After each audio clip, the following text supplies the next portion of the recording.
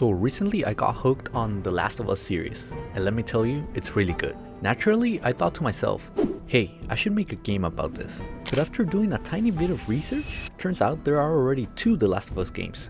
And the fun fact, they were actually made before the series, which kinda blew my mind. So instead of treading old ground, I decided to go a different path, to go back to the very beginning of it all. So I bring you The Last of Us Year 0. So I started with the knife attack, because I mean, in a zombie apocalypse, your first instinct would probably to grab a kitchen knife, just in case. But then I remembered those ungodly huge guns that Joel has instead of arms. So yeah, I'm pretty sure I could take a zombie with my bare hands. So I just copy over my hand-to-hand combat system from my Invincible game. Oh, you don't know what I'm talking about? Now, if you manage to survive the first couple of weeks, you might eventually find a gun. Unless you live in America where anyone can pretty much grab one from the nearest convenience store. So I built a complete shooting system, reloading included. Unreal Engine tip, it uses raycast to detect enemies. It doesn't actually launch bullets, just a little performance hack in case you didn't know.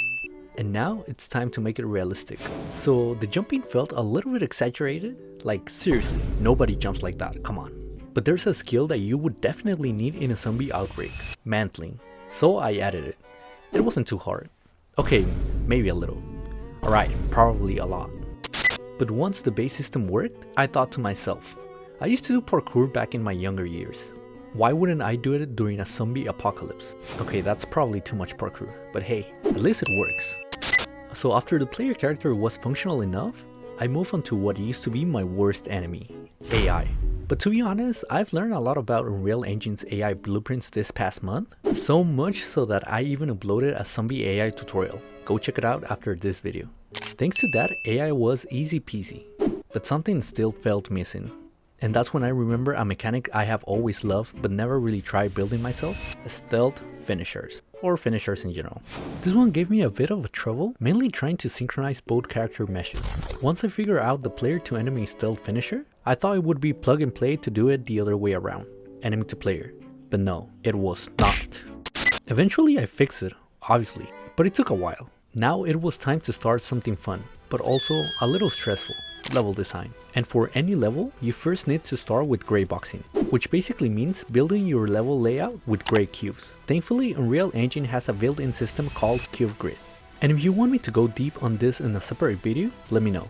So for the tutorial, I added everything. How to move, crouch, do a stealth finisher, sprint, mantle, parkour mantle, pull out the gun, and that a headshot is an instant kill. I used a similar approach for the main level. Unfortunately, due to time constraints, I only had time to make one. But hey, let me know if you want me to keep updating the game. And I probably will. Now I can't deliver a game with the Unreal Engine mannequin. So I looked for a Joel model. Unfortunately, it was $34. Yeah, way out of budget. So I went to the good old Mexamo, found a police character, and hey, it's totally free. So we're going with that. And as you guys know, retargeting is not my favorite part of game dev. You basically have to double check all the animation montages, because if not, the character ends up doing some funny movements. What he's doing? Why you bullying me? But thanks to this simple animation node, all the animations retarget in real time, which honestly saves a ton of time. If you would want me to go deeper into this, let me know in the comments. And that's how you expand a game universe, not by doing a sequel that leaves fans divided, but a prequel that actually helps the storyline. But hey, what do I know? I'm just an indie game developer with $1 million ideas. And speaking of dollars, I'm launching my tutoring service on Fiverr. It's perfect for entry-level and intermediate Unreal Engine devs. Remember, all the programming is done in blueprints. So if you got a bug you can't fix or a mechanic you want to add to your game, just shoot me a message on Fiverr, links in the description. For the main level, I used this pre-made map from my Fab library. And honestly, it looks pretty accurate. The story goes like this. You're the last SWAT member who made it back to the station. Unfortunately, the last plane just left, and there's a massive horde right behind you. You've got only your pistol, a knife, and some big guns. And your goal is simple, survive as long as you can. Everything's doomed, there's no real objective, just your will to survive. Anyway, I just have to package the build and... hold on.